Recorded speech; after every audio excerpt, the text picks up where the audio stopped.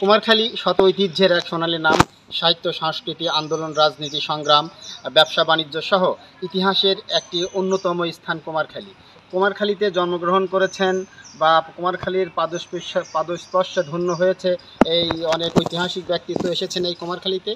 আমরা জানি যে ইতিহাস ঐতিহ্যের এই পাদভূমিতে একটি জায়গা রয়েছে, যে জায়গাটাকে লাহিড়ী বিল্ডিং হিসাবে পরিচিত আছে যদুপাড়া ইউনিয়নের যদুপাড়া উত্তর যদুপাড়া গ্রামে। আমরা অনেকেই জানি যে অবিভক্ত বাংলার একজন ঊর্ধ্বতন পুলিশ কর্মকর্তা ছিলেন সেই ব্রিটিশ পুলিশ কর্মকর্তা, তার নাম ছিল পূর্ণচন্দ্র লাহিড়ী। এটা হচ্ছে সেই তারই বিল্ডিং।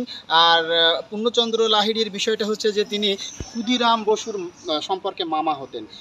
কোনো ঐতিহাসিকরা বলছেন যে ক্ষুদিরাম বসু এইখানে তিনি এসে কখনো কখনো আত্মগোপনেও থাকতেন। আমরা আজকে এই ঐতিহাসিক যদুপাড়া সেই লাহিড়ী বিল্ডিংয়ের কী অবস্থা সেটা আপনাদেরকে জানানোর চেষ্টা করব।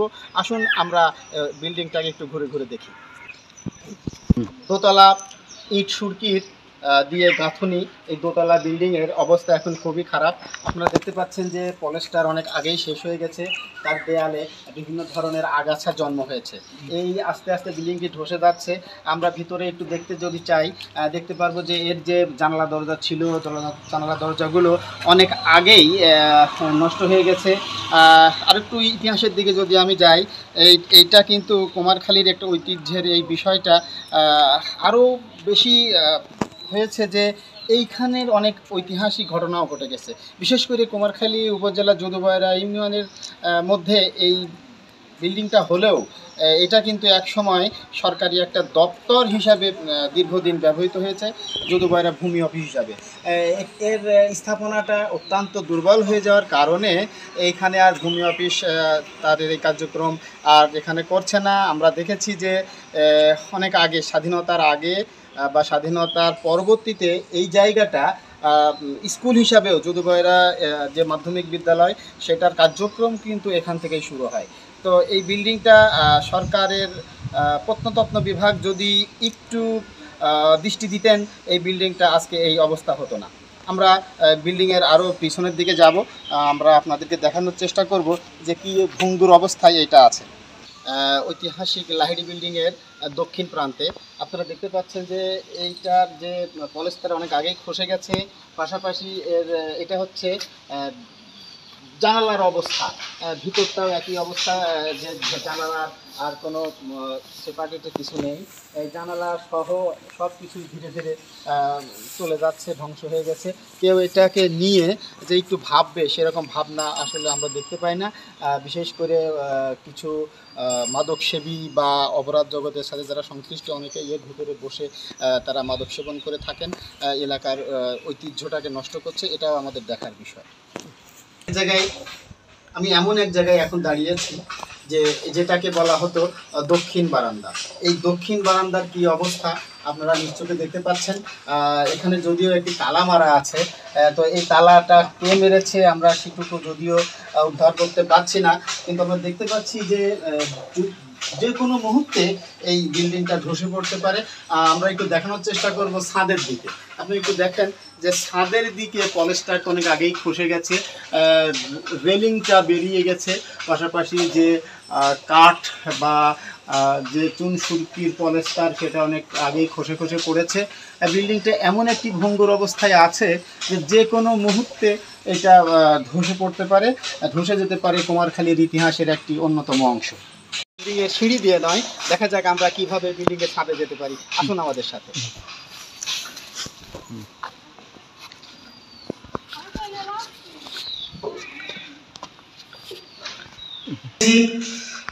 আমরা ঢুকে পড়েছি সিঁড়ি দিয়ে নয়, আমরা ঢুকে পড়েছি ভাঙা জানালা দিয়ে লাহিড়ী বিল্ডিং এর ভিতরে। আপনারা দেখতে পাচ্ছেন এটা একটি রুম। আমরা এখানে এসে একটু শান্তি অনুভব করছি, ঠান্ডা লাগছে। পলেস্টার না থাকলেও এখানে কিন্তু একটু শান্তি আছে, অনেক ঠান্ডা রুমটা। বোঝাই যাচ্ছে যে এই রুমের ভিতরে বসবাস করা অনেক শান্তিদায়ক। আমরা এদিকে দেখতে পাচ্ছি যে যেখানে টাকাগুলো ছিল টাকাগুলো অনেকটা নষ্ট হয়ে গেছে। উই পোকা এখনো আমাদের হাতে, আমরা দেখতে পাচ্ছি যে উই পোকার অনেক বাসা বেঁধেছে। আমরা এখন ঢুকবো ভিতরের দিকে। এখানে একটি চৌকাঠ, এই বিল্ডিং এর চৌকাঠটা হয়তো এখন এখানে পড়ে আছে, যে কোনো মুহূর্তে এটা কারোর চুলায় চলে যেতে পারে, এই আশঙ্কা আমরা করতেই পারি। আসুন আমরা আর একটু ভিতরে যেয়ে দেখি। আপনারা দেখতে পাচ্ছেন যে ভিতরটা কত অন্ধকার ভয়ঙ্কর একটা বিষয়।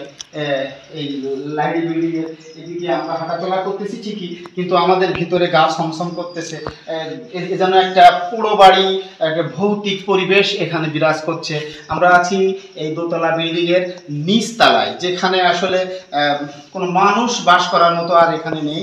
আমরা এখন চলে যাব সিঁড়ি দিয়ে একদম ছাদে বা দোতলার দিকে। আসুন আমরা সেদিকে আগাই।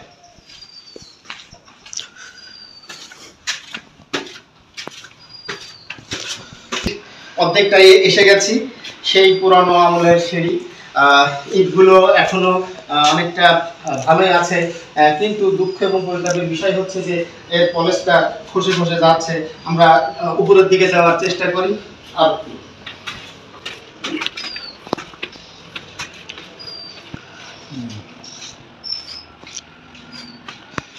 সুপ্রিয় দর্শক, আসলে আমরা যেখানে দাঁড়িয়ে আছি এটা কিন্তু ছাদ নয়, কিন্তু আপনারা দেখতে পাচ্ছেন এটা হচ্ছে একটা রুমের ফ্লোর। সেই ফ্লোরে আগাছা জন্মেছে।